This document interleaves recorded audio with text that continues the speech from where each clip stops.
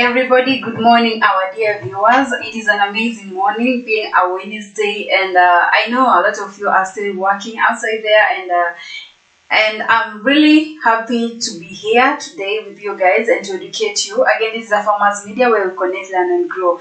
We're still live on Facebook at a Farmers Media, on YouTube at a Farmers Media, and make sure you click on our website at www.afarmers.com. Also follow us on our Twitter page at afarmers, that is with a Z. So guys, today I'll really encourage you to continue viewing this amazing show, because this is the mid-morning show, the one and only show that takes us to the deep world of understanding of what really fuels our farms. So as we delve deeper, our topic of today is why crops are dying. You know, a lot of farmers have these questions. They are really questioning of what is really affecting our farms. Why are we doing all kinds of stuff? We are really struggling in keeping our farms safe from diseases, from pests, but still our crops keep dying. So this show, it will be able to enlighten you of what really happens, of what causes these kind of issues, and we are going to address about these kind of issues that may face a lot of farmers in different worlds, in different countries, and in Kenya. So guys, make sure you are following us on our socials. Make sure you are right on the track. Make sure you are tuning in from wherever you are, because this is the one and only show that will make you understand different things about agriculture. So as we delve into the topic of today, we are going to talk about why crops might be dying, why crops are dying in different farms. There are different conditions that causes these kind of things to happen, such as the death of crops, and one of the conditions is watering issues. We find that farmers mostly don't understand how to apply water to these kind of plants. They don't know what amount of water do plants require, because there are other plants that can require a lot of water. There are other plants that can require a small amount of water. So it depends which kind of crops you are planting. And most of the times, these watering issues include underwatering or overwatering. Overwatering is like whereby you are putting a lot of water in your crops to an extent that the crop doesn't allow itself to consume water properly. Instead, it gets excessive water in a way that it might even cause underwater, whereby the plants, it might even cause the plant's root to be weak, since the water will be a lot. Hence, the water will wipe away the plants. So it will be very good if a farmer really takes care of these kind of things, such as watering the plants. Don't underwater it, because if you underwater it again, the plant won't continue to grow. It will die definitely, because it doesn't get enough amount of water, or in return it can get stagnant, it can get dominant, or it can not really dominant, it can get dormant. I mean, I usually confuse these words of dominant and dormant. So as a farmer, you should ensure that the watering techniques are appropriate towards planting your crops. And then there is soil quality. The soil also matters a lot. The type of soil that you are going to plant your plants matter a lot. So if you are a farmer, ensure that you have measured the pH to know the salinity or alkalinity of the soil, to ensure that your plants are not in a more saline soil, or in a more acidic soil. So by ensuring that you are measuring the pH of your soil, you are able to identify the requirement of these plants. Ensure that you also put nutrients, that is necessary nutrients, in the soil that can enable the plant's growth. So that is another way. So crop require nutrient-rich soil. Soil that lacks essential nutrients or has a poor pH balance can be detrimental to plant health. You know, we also know that plants experience a lot of stress. If you leave your plant without watering it, or if you plant your plant in a soil that lacks nutrients, it will be very difficult for that plant to even grow, since it won't have necessary requirement for it to continue to grow. And then we have pests. Insects and other pests can damage crops either by eating them or by transmitting diseases. Of course, these are the common enemies in all fields. There is no field that doesn't have a certain type of pest. It can be elephants, it can be birds, it can be squirrels, or any other form of insects. Small insects like ants, fall armyworm, especially in maize farms. So pests can be very dangerous towards the plants, and you find that pests such as a fall armyworm, when they attack the maize, they eat of the stem of the maize, and in return the maize is easily damaged. It can also die due to that because they are able to suck all the sap inside that maize plant. So these pests are also another way of destroying plants. Like these pests, if you don't get rid of them, then that is another way of you yourself destroying the plants. So pests can be another type of organism that can ensure that your plants are dying. And then we have diseases. Fungal bacteria and viral infections can wreak havoc on crops. So there are also other diseases that are very noticeable to a farmer. And if you notice any sign of diseases that is trying to start in your farm, ensure that you get rid of it before it even in your farm. And then we have weather conditions. Extreme temperatures, either too hot, too cold, can damage crops. Unusual frost or hail can also cause damage. So I always say that weather is like a mood, but climate is like a personality. What do I mean by that? When I say weather is like a mood changes. Everybody has a mood. Today I'm happy, tomorrow I might be sad, the other day I might be overexcited, the other day I might be crying. Like weather is like a mood. It changes anytime, just like a human being. So weather, you can see that weather today is going to rain, then suddenly it starts shining brightly. Like the sun is there shining brightly and you expected it to rain. So weather is like a mood. And then when I say climate is like a personality, it's something that doesn't change over time. It changes after a long time. The difference between weather and climate is the period. So the weather changes, it can change immediately, it can change after few minutes, but as for the climate, it changes over time. It can even take 3 months, 4 months, and so. So weather condition can also be another form of destruction to crops, another form of that causes crops to die, because if it rains very hard, if it rains very heavily, it will be very difficult for crops to withstand such winds, to withstand such heavy water droplets on themselves. So when it rains heavily, it can destroy plants. And also when it is very sunny, the plants might dry up very fast because there is high evaporation happening and a lot of water is taken into the atmosphere. And through that, plants will lose a lot of water. They won't have enough water for them to continue growing, or for them to continue their transportation activities, or for them to continue the reproduction process. And then, so weather conditions is another concern. And then we have improper spacing. You know, crops planted too close together can compete for sunlight, water, and nutrients. I'll say that in several occasions, in several shows. So, improper spacing, this is whereby you are planting your crops in a way that they are tightly spaced. They are not having enough space to breathe or even to continue flourishing.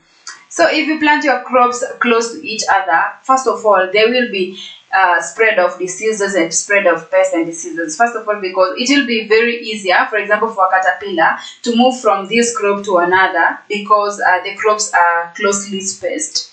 So through that, the caterpillar have this ability of sucking the sap from the leaves and also from the stems of the plants. So when they move from this crop and move to the next, that is like supplying diseases. They are supplying the pests and diseases from one crop to another. And also there is competition for water and nutrients. The more the plants are closely spaced, they'll be able to compete for water and nutrients. And through that, there will be something that can ensure that your crops are destroyed or your crops are not growing. They are just dominant. They are just dormant.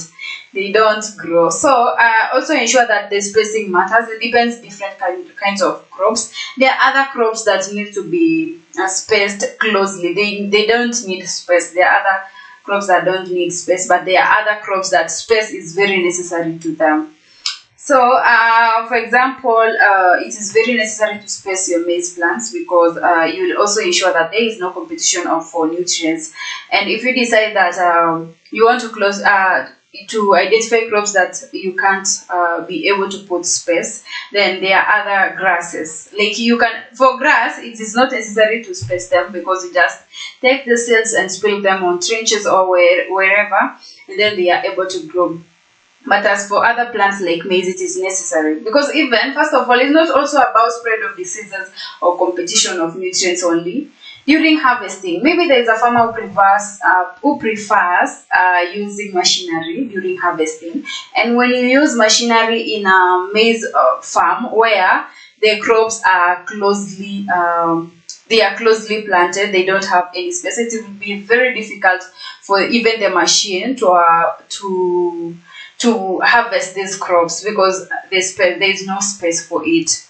There is no more space that can allow the machine to carry out its process. Even for a farmer, it will be very difficult for you when scouting your farm. Maybe you are checking if there are any spread of disease or pest in your farm.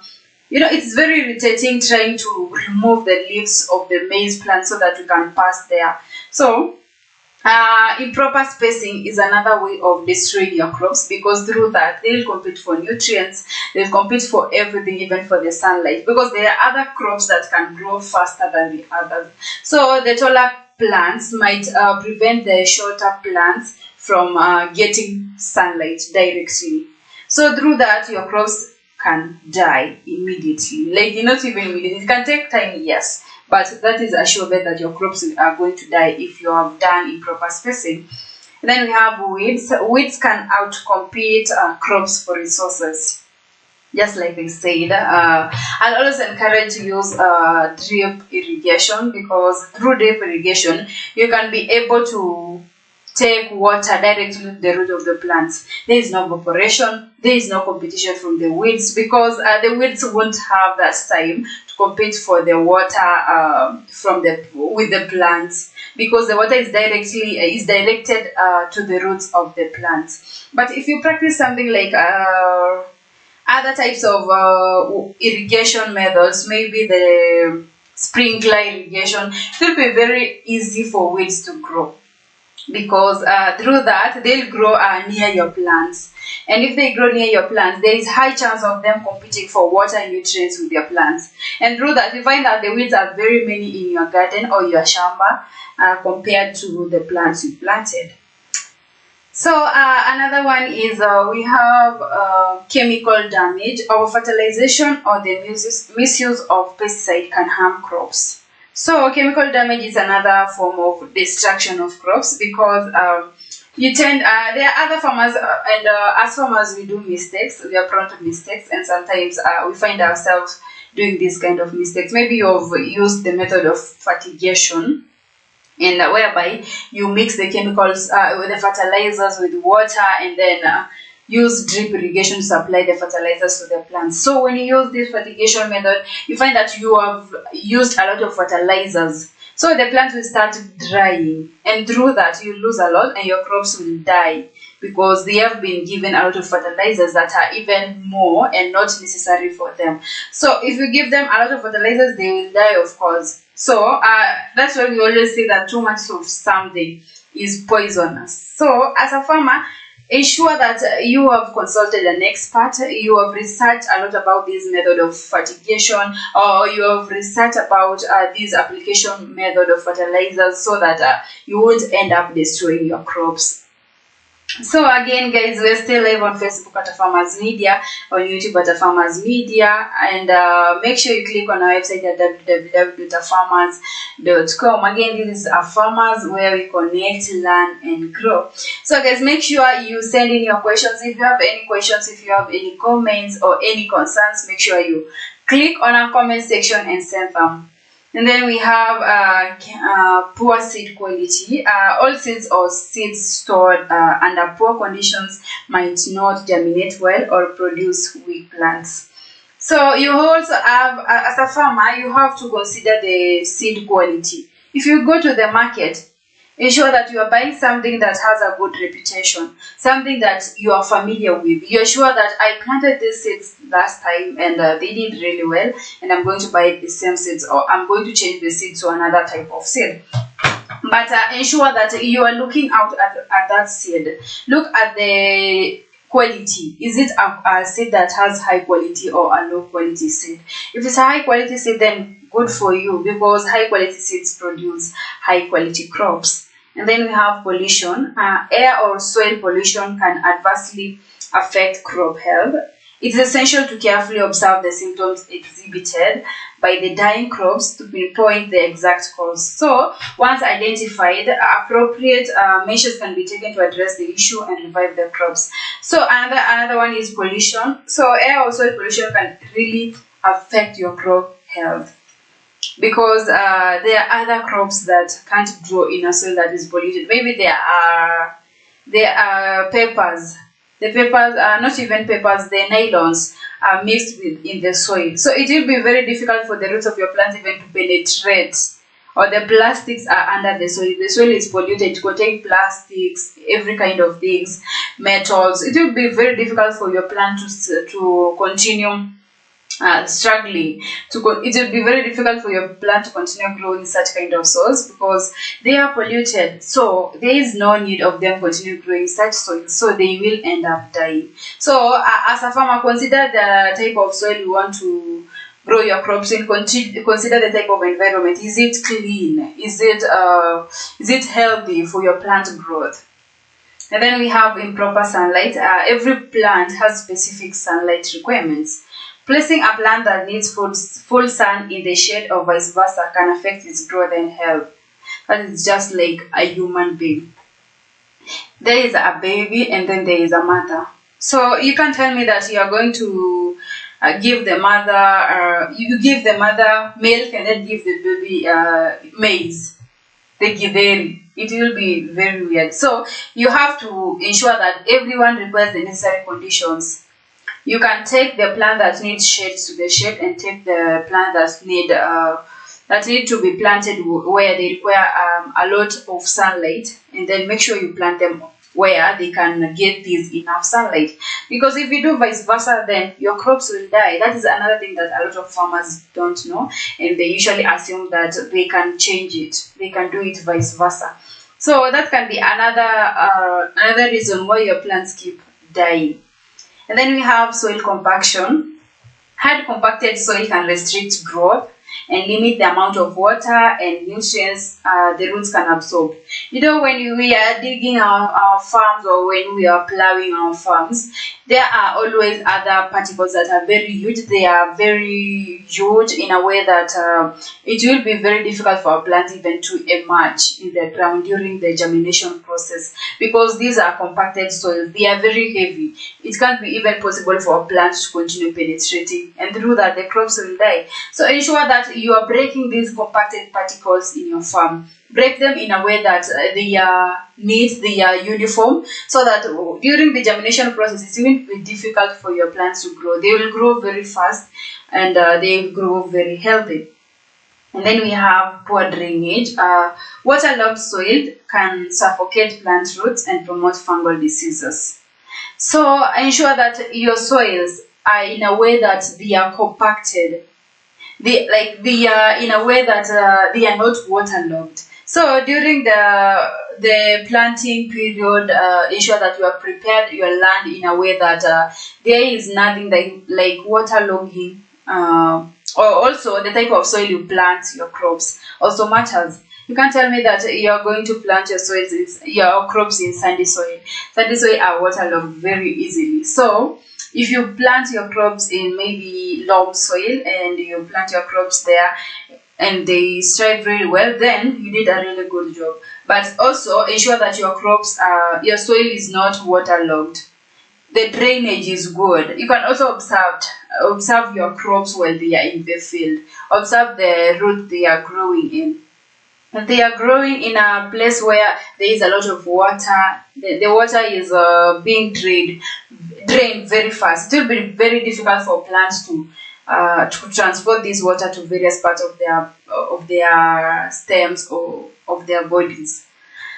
So, and then we have root damage. This can be caused by digging, pests, or diseases affecting the root system, hindering the plant's ability to absorb water and nutrients. There are also other organisms that live in the soil, and it will be very difficult for a farmer to find those kind of organisms because they tend to eat the roots of the plant, like the cutworms or the root worms. These root worms are able to eat the roots, and when they are eating the roots, we know that the roots are the main part of the plant. They are the part that hold the plant together. It is the part that ensures that there is growth in plant, there is transportation of materials, minerals, nutrients, and water, and also it ensures there is absorption of water and minerals. So if the rootworms cut these roots, it will be very difficult for a plant to continue thriving, and you find that the plants die immediately because they are unable to get those kind of supplies. They are not getting enough nutrients or water because the roots have already been cut by the rootworms. So another one can be that cutworms, the root damage can be another crucial step towards ending the crop's life. So as a farmer, be keen on observing your soil. If your soil has that reputation of having these kind of worms in your soil, then find the necessary ways of getting rid of these root worms that can affect your plants. But also it can be a way that does not affect other biotic organisms that are living in the soil, because those organisms also help the plants with nutrients. Then we have physical damage. Mechanical injuries from machinery, animals, or human activity can affect the health of the plants. So when also digging your shamba, it will be very difficult for you as a farmer to continue that you are careful with each and every plant, but you have to, because jembes are a common way that farmers practice. That farmers use during digging activities, and you find that during the kupalilia, when you are trying to ensure that your crops have the soil is piled on the roots of your crops to prevent the wind from carrying away your plants, or to support the plant, you might end up cutting the plant, and through that your plant will die because you have already disconnected it from its main support. So another one is those physical damage. Machinery can also injure plants. Also animals such as elephants can get into your farm and destroy all your crops. And then we have allelopathy. Some plants release chemicals that inhibit the growth of other plants around them. For example, the black walnut tree releases juggling, which can be toxic to certain plants. So there are other plants that can release chemicals, and you know chemicals are never good to the plants. They can destroy the plants and thus causing the death of the plants. And then we have salt stress. High salinity in soil can prevent crops from absorbing water effectively, leading to their wilting and eventual death. So that's why I always encourage you guys to continue testing the pH of your soil before even indulging in any further activities. So before you even continue with your farming activities, make sure you measure the pH of your soil, because if your soil has that salinity, if it is it has high salinity, it will be very difficult for your plant even to consume the water because they have salt in high quantities, and through that they'll have stress, and in the end they'll end up dying. And then we have pH imbalance. Plants have optimal soil pH levels. If the soil is too acidic or alkaline, can inhibit the plant's ability to absorb nutrients. Just like I said, make sure you measure the pH of your soil so that if it is acidic, then you will know what is necessary to do. You know what is necessary, and if it is alkaline, you also know how to control it in a way that it is in a way that it can ensure that the plants are growing. And then we have inadequate fertilization. Just as our fertilization can harm plants, not providing them with enough of the necessary nutrients can stunt the growth and reduce health. Of course, plants need fertilizers. They need supporters. They need something that can enable them to continue growing without further damage, to continue growing without dying. So for you to succeed as a farmer, make sure you're also applying fertilizers in your farm. Of course, There are different fertilizers. They are organic fertilizers, they are chemical fertilizers, but I would advise to use organic fertilizer, because organic fertilizers are very nice, because they'll have less effect compared to chemical fertilizers. They have less disadvantages compared to chemical fertilizers, because through organic fertilizers, the use of organic fertilizers, it will be very good, as has been a lot of discussion between the scientists, not even the scientists, the environmentalists and the agriculturists concerning the environment. They have also said that farmers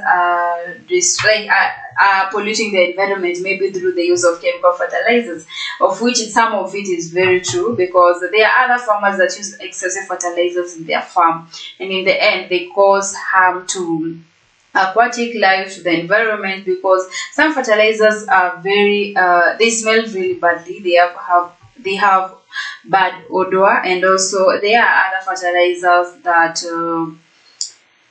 are very harmful to the aquatic life. When it rains and then there is water run down, the water is taken to the rivers, where they kill the fish, also the aquatic life. So it will be very difficult for farmers to control such kind of circumstances if they are continuing using these chemical fertilizers. So it is important to use organic fertilizers, but also use them in the right quantities, in a way that they are not also burning the plants. You know, when you use excessive fertilizers, they can burn plants in a way that they will never recover. They just end up dying. But also you have to use a good quality, good amount of fertilizers that you have been recommended by an expert, or fertilizers that you know it is something that that even if you go to a very prominent farmer, or a very big farmer, a farmer who knows, like a farmer of farmers, there are also other farmers that have succeeded, and you know. So if they recommended something like that and you've tried it severally, you have experience, and then make sure you are going to use the right amount of fertilizers to ensure that your crops are not succumbed. And then we have climate changes in weather patterns, such as increased temperatures, altered rainfall patterns, and unpredictable weather events can have profound effects on crop health and yields.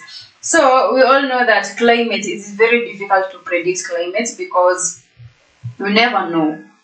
It is very difficult to predict climate. Climate changes over time, and we have different apps, different ways of finding out what are these climate changes, and we have apps that show us that the climate is like this, like Mercy-Corps. Mercy-Corps shows you that the climate changes. It has helped farmers across the world on climate, because climate is something that a lot of farmers have said they have been championing. They have been wanting to know what really needs to be done about climate, because it has affected many farmers across the continent.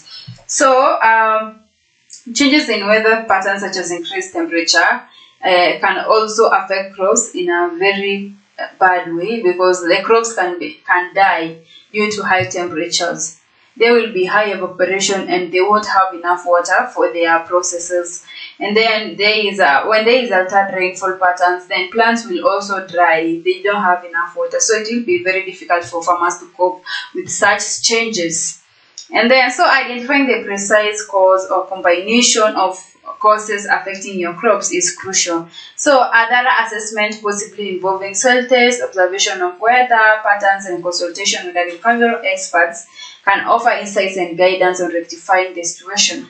So it is important to also read about climate change. You have different sites that provide, or meteorological sites that can provide you with climatic updates, and through that, you as a farmer will be able to prepare yourself, both financially, both during transportation, because if it is raining and you are transporting crops that doesn't require water, they don't have to get wet, they are really dry, and you are transporting something, you are not prepared for that kind of event, so it will be very difficult for you. And also, I still remind you that during transportation, There are different ways on how farmers transport their goods, and we find that there is this HLF, that is affordable transport, whereby the farmers can be able to transport their crops without problems, even during these climatic changes. They will be able to transport them because the transports are very affordable,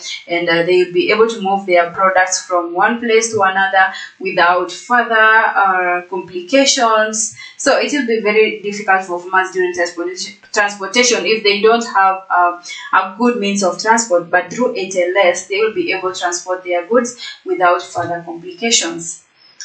So we have transplant shock. Plants can undergo stress when moved from one location to another. For example, pastoralists, we are used to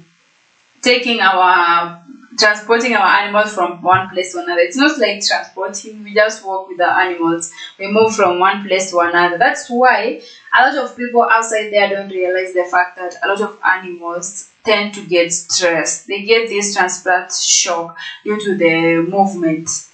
So especially if there are significant differences in soil, light, or weather conditions, it will be very difficult for some of the animals, and they will end up getting transplant shock because they are not used to such kind of environment. Maybe they are used in an environment where the soil is where they are used, maybe plants. Oh, sorry guys, I went almost to livestock because I'm used to livestock. So plants can undergo stress when moved from one location to another. I was just giving an example of cows, but anyway, there are farmers that move their plants from one place to another. Maybe they are selling the plant. They are transporting plants from one place to another. So during the transportation period, they are experiencing difficulties, a lot of difficulties. These crops, the bumping in the road, like there are a lot of difficulties throughout the journey. So these plants can experience a transplant shock, and through that they might end up dying. When you give it to the owner will start complaining in a few days, saying how his crops died, and he just bought them. This is as a result of transplant shock. And then we have contaminated water source. If the water used for irrigation contains harmful chemicals or pathogens, it can harm plants. So be also mindful of how you water your plants. Don't just take any water and then water your plants, especially the water with soap. You know, I've seen people in my village doing that. They have planted a lot of crops in their fields, and they tend to get water from maybe they are washing clothes, and then they pour water on the soapy water on the plants. And they realize that the plants are not growing at all. They are just dormant, others are drying, others are dying as a result of contaminated water. Even the chemicals, if you put a lot of chemicals in the water and then irrigate your plants with such kind of water, the plants will have difficulty in growth, and they will end up dying. That's as another result why your crops might be dying. Guys, we're still live on Facebook at Farmers Media, on YouTube at Farmers Media, and on Twitter at Farmers with a Z. And make sure you click on our website at www.farmersmedia.com, because this is a farmers where we connect, learn, and grow. So when you click on our website, you'll be able to learn who we are, who our farmers are, what are we doing, what services do we offer, and through that you'll even learn more about us, and maybe one day pay a visit. So guys, continue sending in your comments, continue joining, continue tuning, and as we continue, we have poor aeration. Roots need oxygen. If the soil is too dense or waterlogged, it can stifle the roots, causing the plant to suffer. So just like the human being, plants also require aeration. They need fresh air. They need space to breathe. So for us, if you were put as a human being, if you are put in a room where there is no oxygen, there is nothing, then you will really die, because you will suffocate. That's just like plants. Like they need aeration, they need oxygen. The roots also need oxygen, just like the rest of the plants. So this oxygen helps the roots to continue other processes that enables the plant to continue growing. So, and then we have herbicide drift.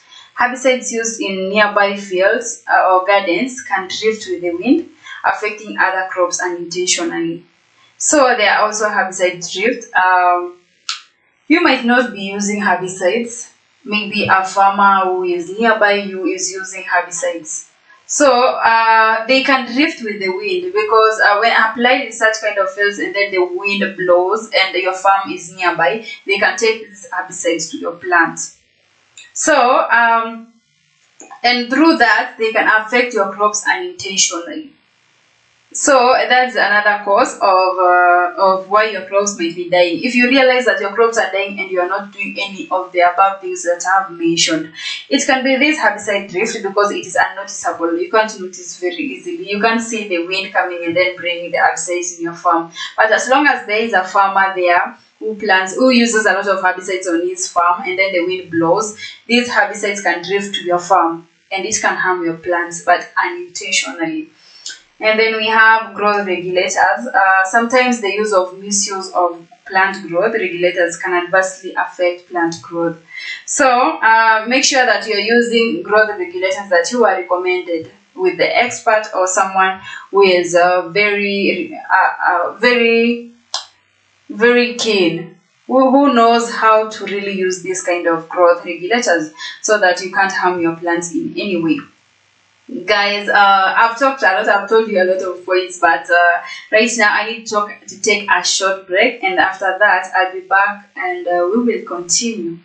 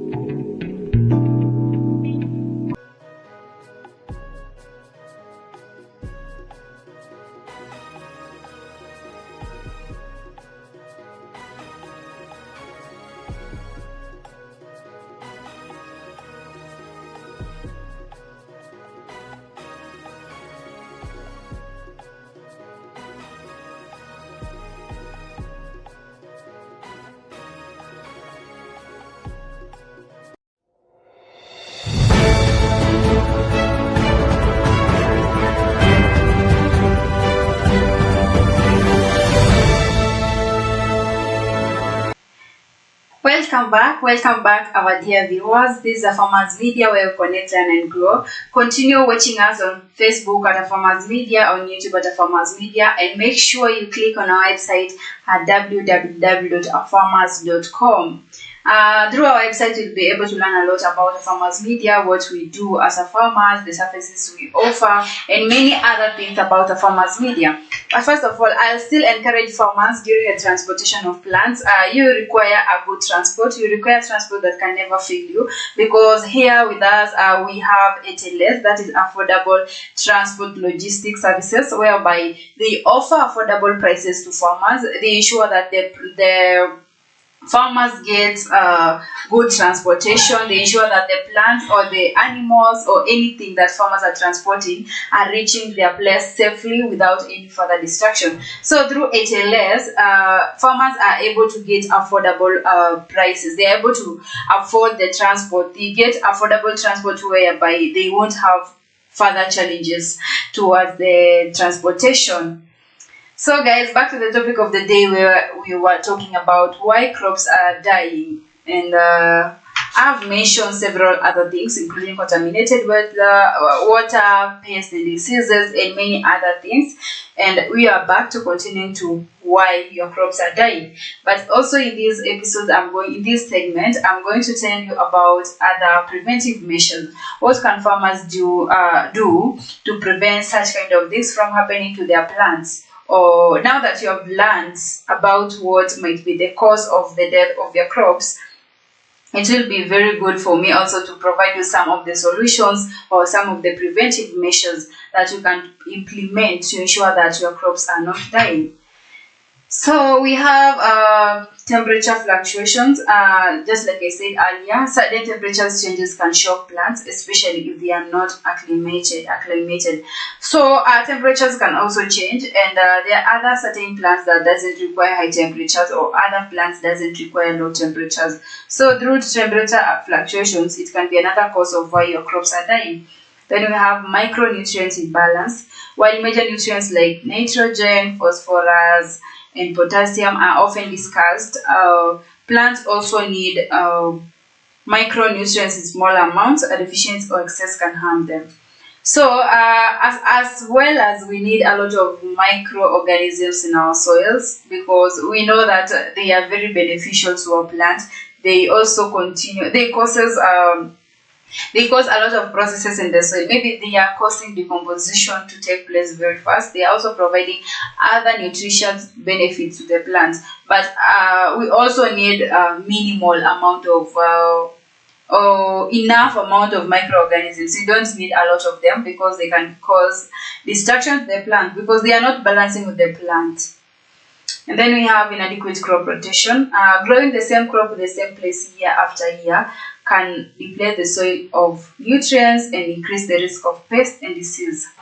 So, for farmers who practice crop rotation, it is very crucial for you to observe the fact that there are certain crops that can thrive in certain soils, and also there are other crops that can require high amount of nutrients compared to others.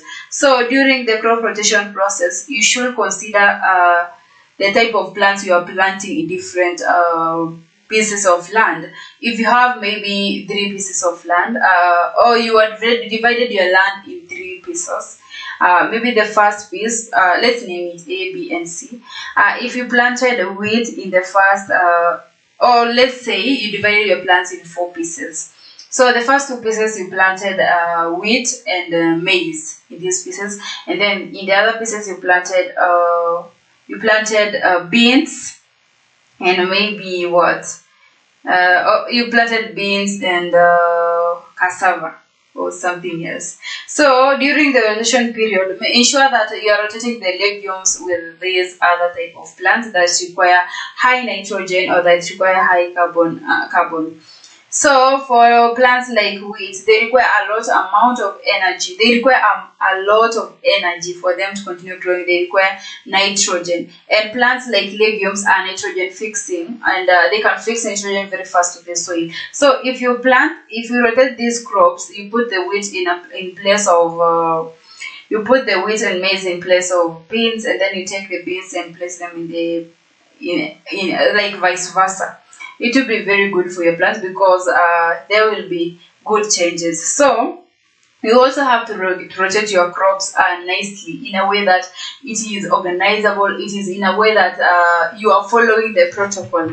You are following the protocol of the plants that require high nutrients and the plant that doesn't require that much amount of nutrients. So during also crop rotation, to ensure that you are rotating your crops adequately. Then we have biological agents. Certain nematodes, for example, can damage roots, making it difficult for plants to absorb water and nutrients. So we find that there are also nematodes.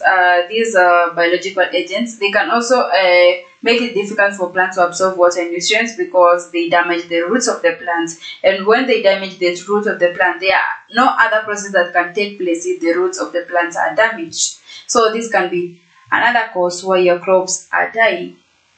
So it is very good for a farmer to regularly monitor the field. Ensure that you are scouting your field once in a while. You're monitoring it in a way that it will help you as a farmer. So go to your field, monitor it, and then you also ensure that you have taken soil tests now and then. And also stay updated on best agricultural practices. Maybe there is something that is in place. Watch agricultural news, because they come up with very brilliant ideas. They come up with different innovations that can help you as a farmer. So also make sure you watch on best agricultural practices that can help address and prevent many of these issues. It's also beneficial to engage with local agricultural extension services or universities that can provide expertise and resources tailored to specific regions and crops. So guys, we are still live on Facebook at Farmers Media, on YouTube at Farmers Media, and make sure you click on our website at www.farmersmedia.com. Send in your questions, send in your comments. Be free to ask any questions, because we are here to help you. And in case where we really don't understand certain topics, we call the experts. We also have experts in our shows, and make sure that you are always tuned in so that you can't miss any expert that is invited in these shows, because we have different people with different perspective, or different people with more expertise, people who are really into maybe agriculture. They can visit us and help us educate the farmers outside there, and through that farmers will be able to grow, and they will be able to connect, and they will be able to learn even much. And then we have allelopathic residues. Previous crops or organic materials might have left allelopathic chemicals in the soil, inhibiting the growth of new crops. That is self-explanatory. And then we have heavy metals contamination.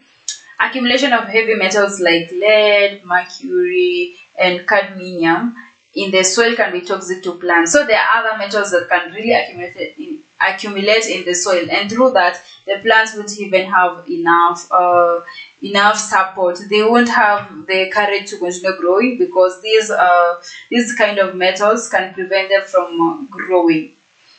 And then we have hydraulic imbalance. Difference in water retention within the soil profile can cause issues for plant roots, either leaving them too dry or too wet. So there are other soils that have different water retention capacity.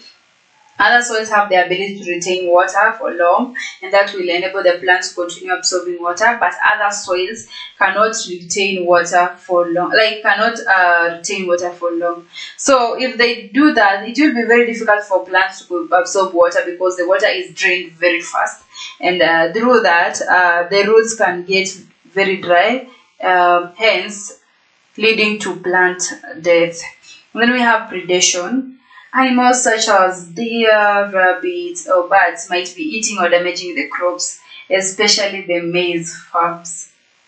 You find that we always find a lot of I've experienced that, because I used to look after my grandma's maize farm, and our work was to chase the birds away. These birds can really make you mad, because the moment you chase one from this side, the other one is in another side. So another major pest apart from fall armyworm, another major enemy of maize is birds. Because birds can really eat the maize. They can destroy all your farms, and you will find that you are not getting anything out of it. So we also have deer. Deer can get into the farms and eat different things. They can get into your farm where you've planted grass, and they consume your grass. And such as rabbits can eat carrots in your farm. A farmer who has carrots and plants them near our forest, it will be very difficult for you as a farmer, because the rabbits will be coming there at night, in the morning, every time to eat your carrots. Then we have soil erosion. The top layer of soil, which is nutrients rich, can be washed away due to heavy rainfall, or improper irrigation, leaving the plant with fewer nutrients. That's why we always encourage you as farmers to plant cover crops, because cover crops prevent soil erosion. Or also you can also practice agroforestry, whereby you are rearing animals, you are growing plants, you are growing trees in the same piece of land. That can also prevent soil erosion, because different activities are taking place in that same piece of land. So soil erosion is another thing that has been affecting farmers. For example, when there are heavy rains, especially in areas where the plants are slopy areas, when it rains, the water is carried away, and it carries the topsoil with it. And in that topsoil there are nutrients in that soil, there are fertilizers, and it remains. When they take the topsoil, the soil that is remaining is not even fertile. It doesn't contain appropriate nutrients for the plants, so the plants will end up dying. So I encourage the farmers who live in slopy areas to ensure that they are using terracing method, whereby they putting like maybe the area is slopy, so they have to dig across to prevent the soil from being carried away to other areas that are not needed. So soil erosion, it is very good for a farmer to take preventive measures towards soil erosion, because it is something that is that can also affect you so bad, because it can also carry away your plants, can carry a lot of things. So be alert as a farmer. Then we have over pruning. Excessive pruning can stress plants, making them more susceptible to diseases or stunting their growth. So when pruning your plants, prune them in a limited way. Don't over prune it, because this can also affect the plants. Then we have soil temperatures. Some crops are sensitive to soil temperatures. If it is too cold or too hot, it can impact germination and root health. And then we have genetic factors. Some crops might have genetic vulnerabilities, making them more susceptible to certain diseases or environmental conditions. So there are other type of crops. Maybe you've used the GMOs. It will be very difficult for you to grow such kind of crops with other farmers, because during the cross pollination or during the pollination process, it can affect other farmers, because when the bees or any other pollinators land in your farm and they go to the other farm, they can fertilize they can ensure that fertilization takes place in also other farms, and through that other plants can grow into GMO crops. So genetic factors can also affect plants. And then we have light pollution.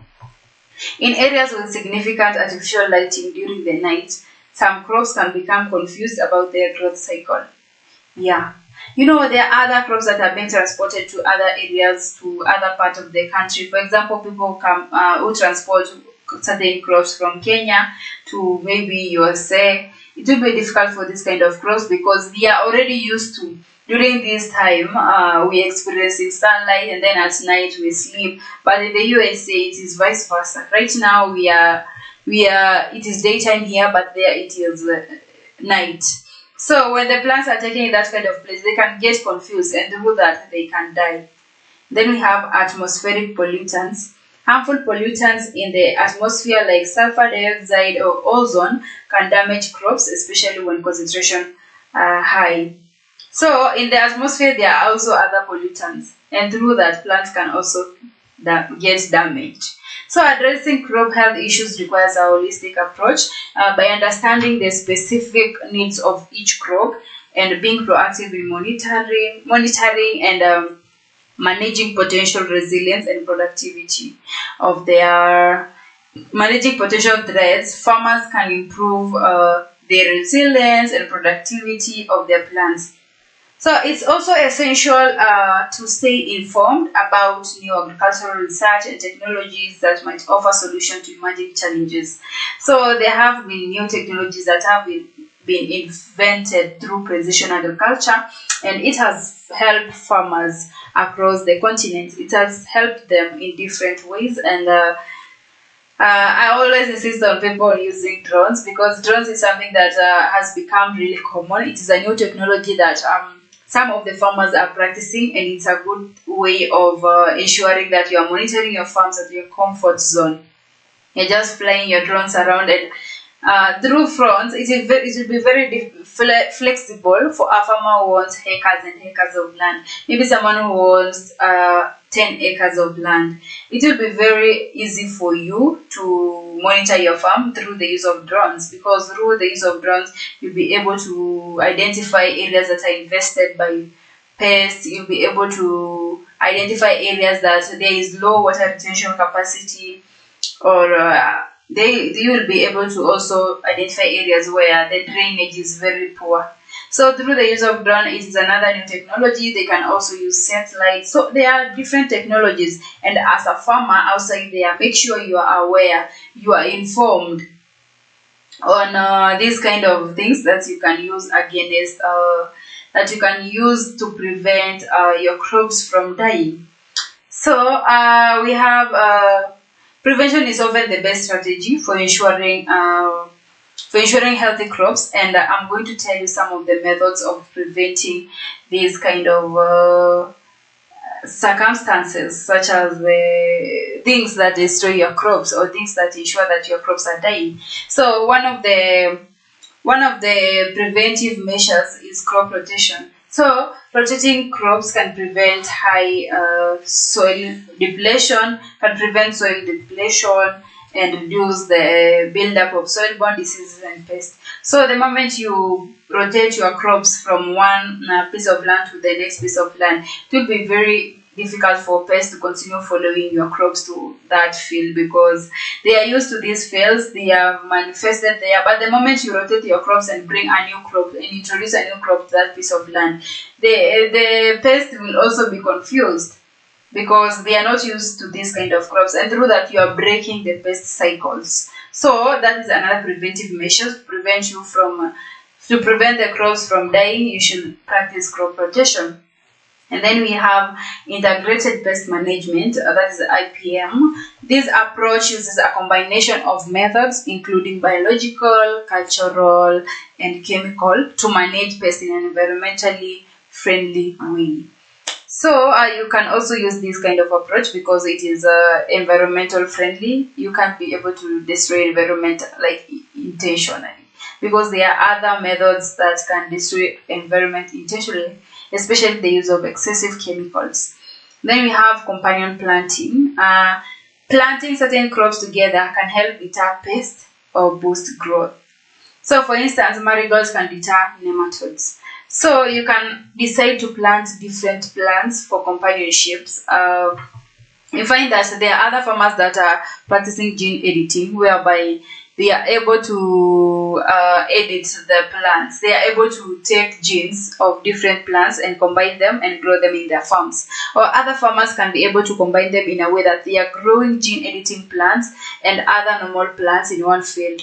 Through that, these genetic plants, can be able to, there are other genetic plants that can prevent pests and diseases, and through mixing them with the rest of the plants, it will be very difficult for pests and diseases to infest that kind of farm, because there are these genetic plants that can prevent them from infesting that farm.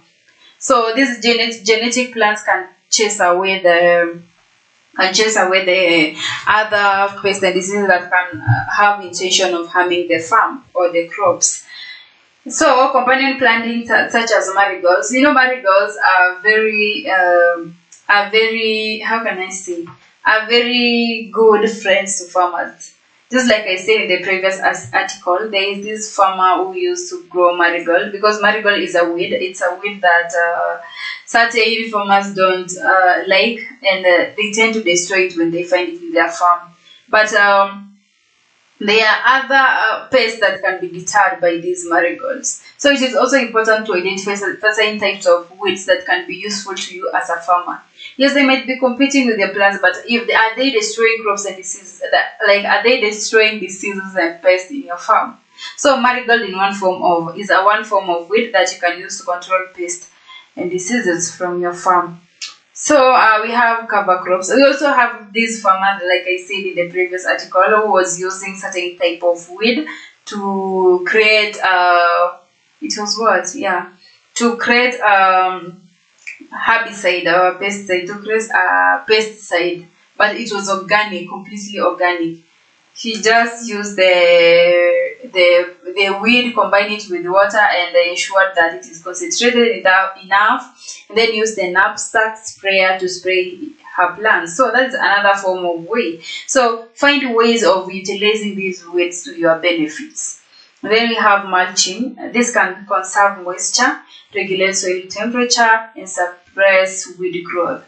So mulching is also another common way of ensuring that your crops are dying. So through mulching, you can conserve the moisture of your soil. So your soil is not, the sunlight is not hitting your soil directly. And then it can also regulate soil temperature. So the mulching prevents the soil from hitting the soil directly, and through that, the soil will be able to maintain its temperature and regulate it. And also it also suppresses weed growth. Through mulching, the weeds have difficulty of penetrating to the above soil. They can't continue growing when there is application of mulching, because it is preventing them from several things. First of all, from sunlight, because weeds also require sunlight to continue growing. So through the use of mulching, it can suppress weeds, and through that you are saving your plants from dying or from the competition for water and nutrients by the weeds. And then we have drip irrigation. This ensures plants get water directly to their roots, reducing water waste and preventing diseases associated with wet foliage. So drip irrigation also ensures plants get water directly to their roots, just like I said. So it reduces evaporation, because there is no chance of evaporation, because the water is deposited directly to the roots of the plants. So just like I said earlier, I'll always encourage people to use drip irrigation method as a water conservation method, because you can conserve a lot of water through drip irrigation, because you only provide necessary water. You only provide the right amount of water to the plants. You don't give it excess, and you don't give it a minimum amount of water. And you can also regulate the amount of water flowing through the pipes that the plants are consuming. And then we have prune correctly. Removing dead or diseased parts of plants can prevent the spread of diseases. So there are other people who really ignore the fact that there are plants that has maybe dried leaves, and they really ignore it in a way that they are just assuming that it will grow back to normal. But if you notice that your plant has diseased part, maybe it has a certain leaf that is really infested with pests and diseases, especially in Sukuma wiki. There are other leaves that you can find that it contains holes, a lot of holes, due to the caterpillars. They have eaten certain parts of the leaves. So when they eat the leaf of that kind of plant, make sure you destroy that leaf, remove that leaf, remove that diseased part. You can also find these dead parts in the plant. Prune that part to prevent further destruction of the plant, because if you leave it that way, it will spread to the rest of the plant, and that can result to your plant dying. So ensure that you are pruning your plants correctly. Then you have proper spacing. Ensure plants have enough room to grow, which helps in adequate sunlight exposure and airflow. So ensure that you are also spacing your plants properly. I know this is really self-explanatory. And then we have choose resistant varieties. Some plant varieties are bred to be resistant to certain diseases or pests. So choose resistant varieties. Choose plants that can resist pests and diseases to prevent further losses, such as you buy chemicals each and every time just to destroy these pests and diseases. So using the resistant varieties can also help you in conserving your cost. It can help you in reducing the costs. And then we have beneficial insects. Introduce predators like ladybugs or praying mantises that eat harmful pests. So things like praying mantises, they eat a lot of flies, they eat a lot of pests that are found in the farm. So if you introduce such kind of insects in your farm, it will be very easy for you to control them biologically instead of controlling them chemically. And through biological control of pests and diseases, you are able to conserve the environment, you are able to ensure that there is no water pollution, air pollution. So use of these insects is another way of conserving environment. You can use praying mantis. And then we have barrier methods. Using row covers or netting can protect crops from pests. Using row covers or netting can protect crops from pests. So barrier methods are also another way of preventing the pests and diseases, the spread of pests and diseases. So we have raised beds. This can improve drainage and prevent soil-borne diseases. So through raised bed, you are able to ensure that your plants are getting good water capacity. They are able to retain water in a way that it can sustain them for as long as they live. So raised bed can also help that, and also can help plants from getting diseases from soil-borne diseases. And then we have clean tools. Regularly disinfecting gardening tools can prevent the spread of diseases. So disinfect your tools, disinfect your farming tools to ensure that you are in a safe place, to ensure that your crops are not getting infected out of these dirty tools. Then we have avoid over fertilizing. Just like I said earlier, ensure that you have consulted someone who knows about these fertilizers, who knows the measurements and everything else. So through consulting this particular person, it will be very easy for you as a farmer to give the correct fertilizers, the correct amount and quantity of fertilizers to your plants. Then we have proper watering practices. Watering in the morning helps reduce the likelihood of fungal diseases. So it is also important for you to water your plants in the morning, especially in the morning, because during this time the fungal infections are not very active in a way that they can attack your plants. And then we have plant at the right time. Ensuring you plant at the correct time for your climate can help plants establish before extreme weather conditions. So plant at the right time. Don't wait for the drought to start for you to plant your crops. Ensure that when the climate is being predicted, maybe they predicted that it will going to have heavy rainfall. Ensure that you are planting your crops at the beginning of the rain. So when it starts raining, plant them so that by the time they are heavy rains, you are harvesting your crops. So be smart. I'm just giving an example. It's not that you should plant that way. So you should plant at the right time. And then organic soil amendments. Using compost, worm castings, and other organic matter can improve soil structure and provide slow release nutrients. You can also use organic soil amendments. You can also use climate adaptation. With changing climate conditions, consider adapting by choosing crops that are more tolerant to new conditions. There are crops that can get really tolerant towards certain weather climatic conditions. For example, let's say, let me give you an example of several climatic conditions. Let's say there is drought. You have to consider which kind of crops or plants that can tolerate drought. We find that there are plants that can tolerate drought, that can really survive even in drought areas. You can find maize. Maize can survive, but not in very drought areas, but at least they can survive with not much water. Even I can give a testimony of acacia trees. They can grow without water. The cactus can grow without water. There are other people that are planting cactus actually. So cactus can really be resistant to drought, and you can also use maybe there is floods. There are other climatic conditions such as flood. If there are flood, plant rice. You can plant rice. There are certain type of rice that can survive in areas where there is a lot of water. They can also get submerged up to 14 days and they won't die. Those are certain kinds of rice. So you have to consider what kind of plants, because also in those climatic conditions, there are types of plants that can be preferable or more preferable compared to others. There are other farmers that can decide to plant rice, normal rice, during these flood periods, because rice can really survive in waterlogged areas. They can survive in areas where there is a lot of water.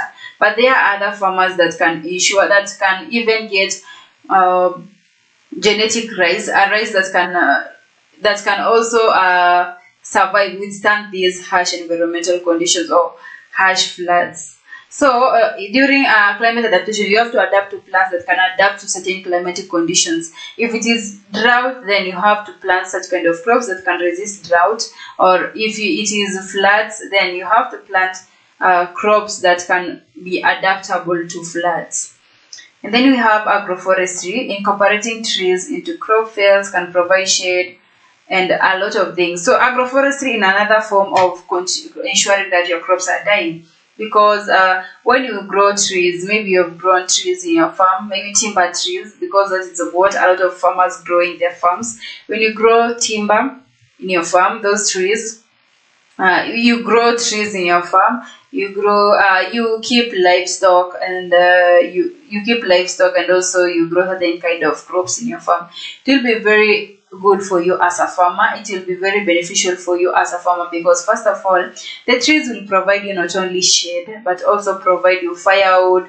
It can provide you other good sources, such as bark from the trees can also be useful, because people in our area use trees for different purposes. Even their barks has certain uses. They can use it as medicine or for other herbal medical purposes.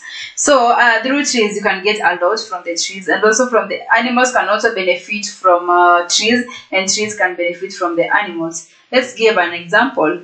You have reared cows in your farm and you have planted trees. These trees will provide shade for your animals, especially during sunny days. Your animals will have enough, they will have shade, and in return, when they are excreting, they leave the dung there, and these can provide soil with fertility. Through their dung, the trees can also continue growing, because they are like manure, they act like manure. So through their manure, you will be able to provide these trees with manure, and also provide your farm with manure. So it will be very good for you to use such kind of methods, such as agroforestry, because it can really help you as a farmer. There is a farmer in my area who used to plant cabbages and reared chicken, and he really used to succeed, because the chicken can also take his chicken. He has trained his chicken in a way that they are not feeding anything else apart from the things he is giving them, and also the pest and something like that. So some days he just release the chicken to the garden, and they consume the caterpillars in the gardens or any other form of pest, the grasshoppers.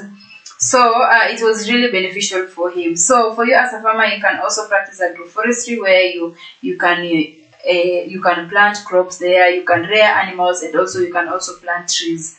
This also helps prevent soil erosion, and ensures that you have a sustainable farming activity. And then we have biological fungicides and pesticides. These use living organisms or their byproduct control pests and diseases. So you can also use such biological methods to prevent the spread of disease and fungal infections. Then we have monitoring and scouting. Regularly check your crops for signs of diseases or pests. So I also encourage that regularly monitor it, because you can also identify the early detection. You can detect earlier, and ensure that there is effective management of these pests and diseases. And through that, these pests and diseases cannot spread to other parts of your farms. And then we have maintain soil structure. Avoid compacting the soil with heavy machinery, and consider no-till or reduced till practices, because using heavy machinery on your farm also can cause soil erosion, because they are breaking the soil and also compacting the soil in a way that it is very hard, and through that it will be very hard for you as a farmer to continue with your farming activities, since there will be soil erosion and stuff. And then we have support pollinators. Create habitats for bees, butterflies, and pollinators. So when you create these, when you support pollinators, it will be very it will be very advantageous for you as a farmer, because through these pollinators there will be cross pollination in your farm, and through that you'll have a lot of produce. If these pollinators have a home, they have somewhere to confide in, then it will be a great thing to do, because your plants will have something to depend on. The pollinators will ensure that the pollination process takes place. So crops can also exhibit remarkable resilience and adaptability to survive in harsh environmental conditions. So there are some ways that we can do so, and one of them is drought tolerance. Just like I said, some crops have evolved mechanisms to conserve water, such as developing deep root systems, closing stomata during the hottest part of the day, and having water efficient photosynthesis pathway like CAM, that is GRASU. It's very difficult. So we also have salt tolerance. Halophytes plants adapted to saline environments can tolerate high salt levels. So you can plant these halophytes if you want to tolerate salty conditions. If you find that your soil have high salinity, plant crops that can tolerate that high salinity conditions. We have desiccation resistance. Some plants have developed structures to prevent water loss, such as succulent leaves to specialized trichomes that trap moisture. So there are among other things, such as temperature adaptations with wind-resistant plants, because these plants are in windy areas can develop shorter stems and thicker leaves to withstand the force of the wind. Because you can't tell me that a slim plant can withstand the winds. It will break immediately, but in areas where there is a lot of wind, in windy areas, you can plant wind-resistant plants that can be able to prevent wind from destroying them. And then we have fire adaptations. Some plants have fire-resistant bark, or they rely on fire for seed dispersal and germination. So you can also plant this kind of crops if they are. And then, there is shade tolerance. Plants adapted to low light conditions can thrive in shaded environments. You can also plant this kind of crops. So guys, among all these things that I've talked about, all these conditions that can cause your plants to die, or all these preventive measures and also ways of preventing them, I hope you got something out of this session, because I had an amazing session with you guys, and I feel that I've really given you too much information, and I want you to process the information, because I'm going in the next you still have Farm Drive show. You still have to listen to Farm Drive show and learn more about that. And I hope you guys had an amazing session. I hope you guys learned from this session. Again, this is a Farmers Media, where we connect and grow. And we are still live on Facebook at Farmers Media, on YouTube at Farmers Media, and make sure you click on our website at farmersmedia.com. Because that is where you'll be able to learn about us as a farmers and as African farmers. So guys, continue watching. We will be having a Farm Drive show with Duncan, and he will be able to enlighten you about several things. He'll be able to educate you in various aspects. And first of all, I would like to thank our director Doti for directing this program to its end, and our producer Mary Oswiro for overseeing this program and producing this program. Guys, it's been an amazing session, and it is time to part ways until tomorrow. And I would like to thank you all. Thank you so much, and have a lovely day. I've been your host, Regina Ayanai.